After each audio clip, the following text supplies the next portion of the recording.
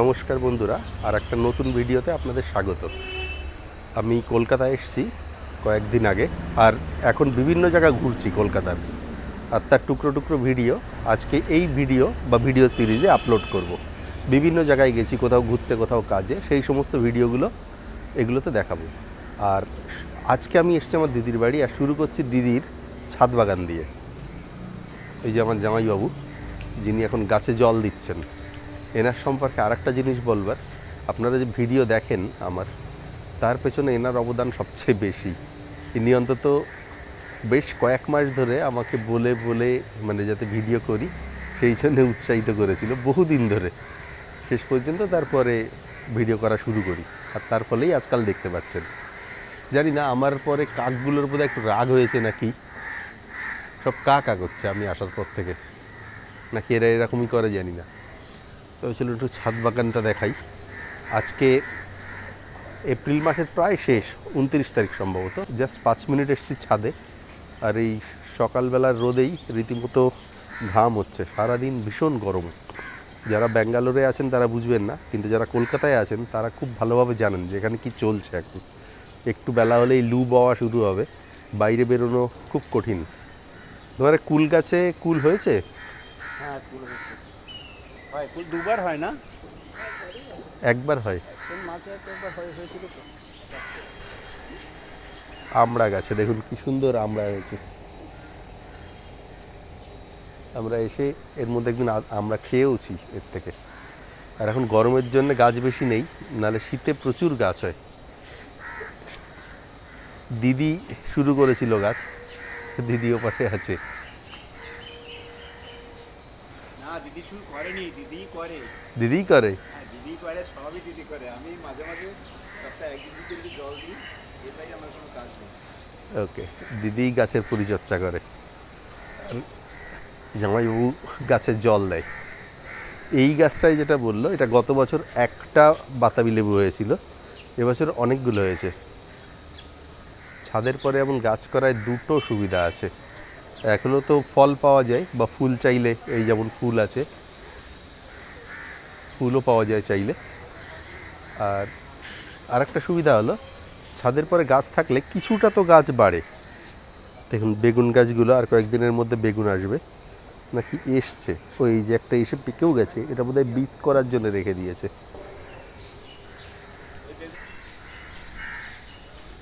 পেয়ারা গাছ ফুল আসছে, আর এদিকে লেবু গাছ, পাতি লেবু, বেদানা। এই বেদানা আমরা খেয়েছি, এই যে ছোট্ট বেদানা এখন হয়েছে, আরও বেদানা ছিল। আম গাছ, তাতে আম হয়। কর্মচা গাছ, এটার একটা লেবু। তো এই যে আমি যে হেঁটে বেড়াচ্ছি এর ভেতরে ভেতরে, শীতের সময় এই জায়গাগুলো বিভিন্ন রকম শাকে ভরে যায়। বেদানা গাছ, সবেদা গাছ। এই সবেদাও আমি খেয়েছি জাস্ট কয়েকদিন আগেই, পেকেছিল কতগুলো।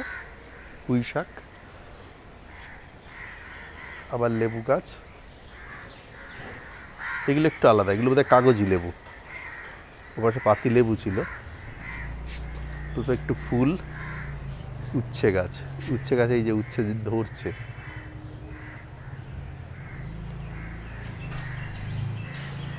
আম গাছ। এগুলো শুধু গাছ গাছের জন্য তা নয়, এগুলোতে কিন্তু ফলও হয়। কিছু ফুলের গাছ আছে। কলা গাছ, দেখুন কলা গাছ, এই যে বকুল ফুল, তার ফল এগুলো। কলার গাছ, কলা হবে এতটুকু গাছে? হবে। এটা নাকি 20 বছরের পুরানো গাছ। দিদির বিয়ের আগে গ্রামের বাড়িতে ছিল, সেটা পরে নিয়ে এসছিল, তাতে 20 বছর পরে এসে এখন ফুল এসছে। এই যে, ও এই তো ফুল আছে। এ দিদি ফুল আছে এখানে? না, ফুলও ফুটেছে। এই যে, এই যে ফুল। এইদিকে কত ফুটেছে, ওই যে ফল পেকেছে। হ্যাঁ, ফল তো পাকা দেখছি। ওই তো এই আবার নতুন করে ফুটছে। এটা কি গাছ? এটা পলাশ। পলাশ, লাল পলাশ ওইগুলো? হ্যাঁ, এটা লাল পলাশ। ওকে। আর এটা এটা আপেল। আপেল গাছ? হ্যাঁ হবে আপেল? হ্যাঁ, বলেছে হবে। কতদিনে হবে? হবে বলে আর 1-1.5 বছর পরে হবে। কাঁঠাল হয়তো হয়ে যাবে। আর এই আপেল? যে জামের দেখ ফুল ফুটেছে, সাদা জাম। সাদা জাম, সেটা কি? ওই জামের একটা হচ্ছে সাদা হয়। এটাও তো জাম। এটা জামরুল। এটা জামরুল। আর এটা? এইটা হচ্ছে কি বলে যেন, এটা ভুলে গেছি এটার নাম। পেঁপে গাছ। আর এটা লাল পেয়ারা। পাতাগুলো এরকম? এগুলো লাল এরকম কালারের হবে পেয়ারা। এই যে ওকে। এইটা না, চেরি চেরি চেরি। এটা চেরি গাছ। চেরি গাছ। তো আপাতত এই আছে এই ছাদ বাগানে। এর থেকে সুবিধা হলো ছাদটা কিছুটা ঠান্ডা থাকে, ছাদে একটু ছায়া পড়ে, যখন আরও বেশি হয় তখন আরও বেশি ছায়া হয়। কিছুটা হলেও গাছের সংখ্যা বাড়ে শহরে, কারণ ফাঁকা জায়গা নেই, পুরোটা কংক্রিট, সেই তুলনায় একটু তো গাছের সংখ্যা বাড়ছে। আছে ওর পরে?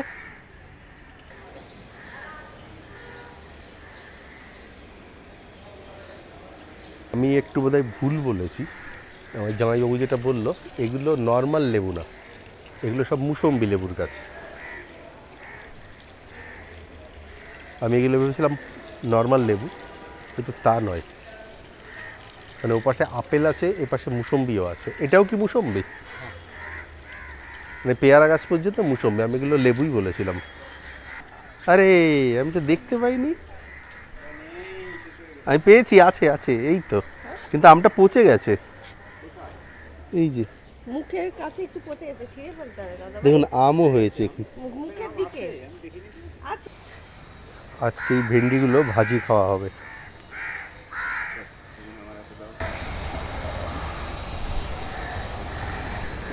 কোথায় আছে উচ্ছে? এই একটা, ওই যে 2-3টে যেখানে আছে, এবার তুমি খুঁজে খুঁজে নিয়ে তোলো। ওখান তো অনেকগুলো আছে।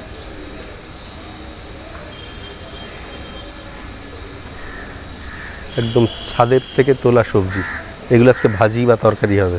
অর্গানিক নাকি বলে? পুরো অর্গ্যানিক, কোনো রকম কেমিক্যাল দেওয়া না, গোবর সার দাও, তাই তো? এই যে এতগুলো হয়েছে, দিব্যি দুজনের খাওয়ার মতো হয়ে গেছে। ভেন্ডিটা একটু কম, উচ্ছে তো 2জন কি 4 জনের মতো হয়ে গেছে। এই আরেকটা আছে। আরও একটা রয়ে গেছে।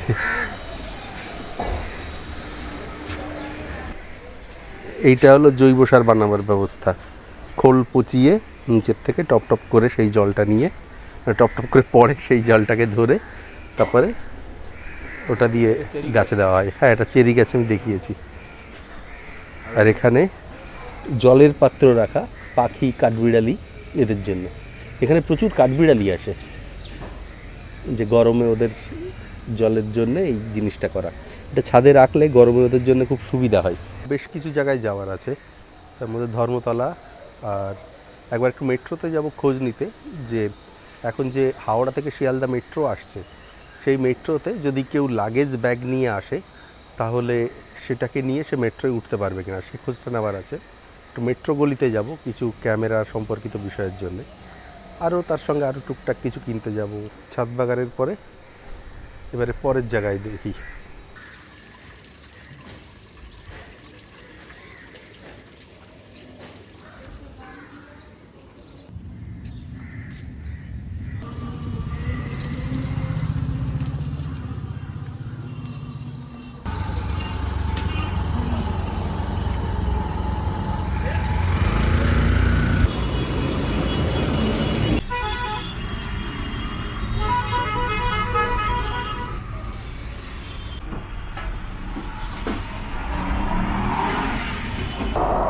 দমদম মেট্রো,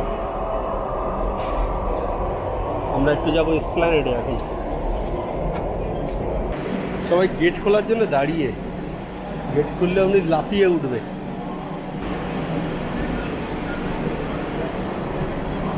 ভাগ মিল্খা ভাগ, একদম সেই অবস্থা।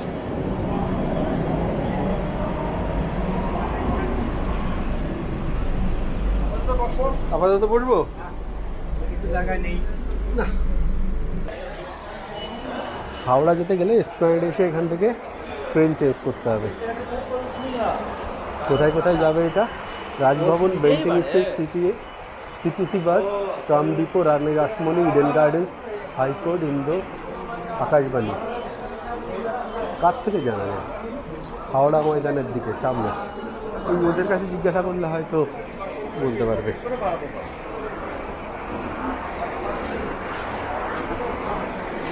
এনাদের থেকে জিজ্ঞাসা করিনি যে লাগেজ নিয়ে হাওড়ার দিক যাওয়া যায় কিনা। হ্যাঁ, লাগেজ নিয়ে যাওয়া যাবে, এই যেমন আসছে। আমি জিজ্ঞাসাও করলাম, তো বললেন যে এখান থেকে লাগেজ নিয়ে যাওয়া যায়। এর থেকেও বড়, এটা কেবিন লাগেজ ছিল। ফলে আপনি যদি দূরপাল্লার ট্রেন থেকে আসেন, এসে তারপরে হাওড়া থেকে এসে লাগেজ নিয়ে মেট্রোয় উঠে এখানটা এসে মেট্রো চেঞ্জ করে যেতে পারবেন, অসুবিধা হবে না। জিজ্ঞাসা করলাম এখানটার যারা দায়িত্বে আছে তারাও বললো পারবো, অসুবিধা নেই।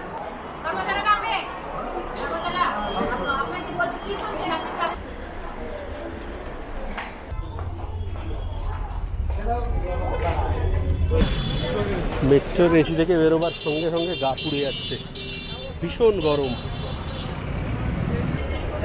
আমার চাকরি জীবনের প্রথম যে চাকরি করতাম, তখন আমাকে শনিবার করে এই সেন্ট্রাল কটেজ ইন্ডাস্ট্রিয়াল মিউজিয়াম এখানে একদিন করে আসা লাগতো, শনিবার দিনটা, এদের এখানটার কম্পিউটারের সাপোর্ট করবার জন্য।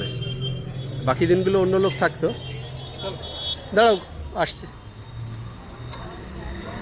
বাকি দিনগুলো অন্য লোক থাকতো, শনিবার করে আমার আসা লাগতো। তখন আমি বেতন পেতাম মাত্র 2500 টাকা। এটা আমেরিকান হাউস। চলো যাই এবারে, আর কোনো গাড়ি নেই।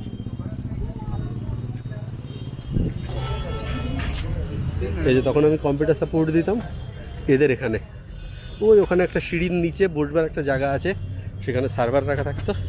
সেই খুব ছোট্ট খুপড়িতে আমি বসে থাকতাম। এটা 2005 সালে।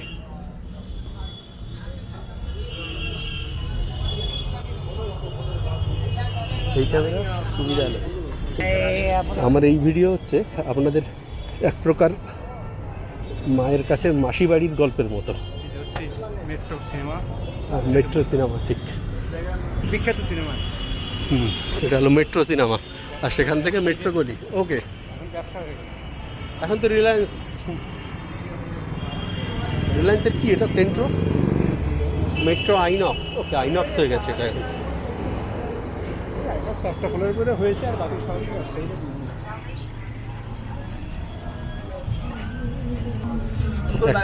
এক সময় এইসব জায়গায় ঘুরে ঘুরে বেড়াতাম, সব বহুকাল আগে।